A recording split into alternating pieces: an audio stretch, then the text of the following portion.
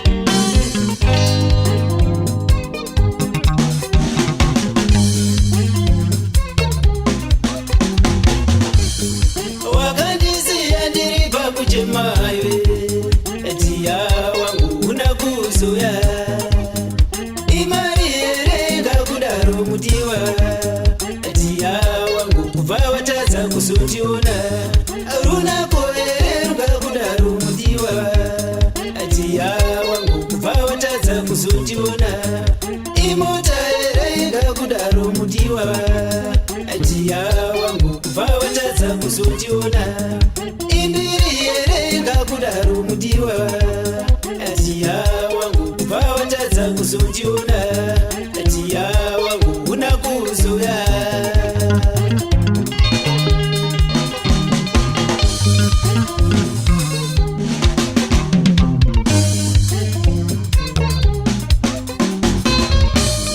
iye mwana wamaiona rume aibove wangu asitakazosiyana iye mwana wamaiona rume aibove wangu asitakazosiyana atiya wangu una kuzoya atiya wangu kubva watadza kuzotiona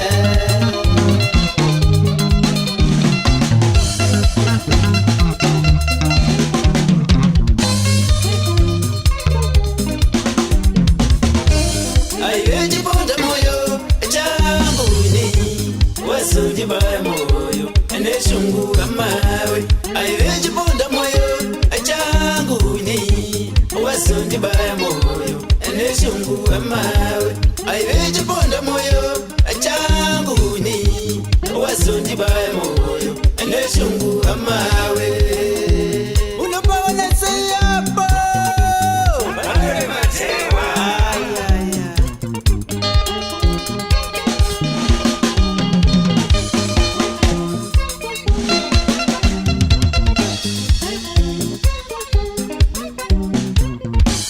aivechiponda moyo changu ini azondibaya moyo neshungu amawe aivechiponda moyo changu ini azondibaya moyo neshungu amawe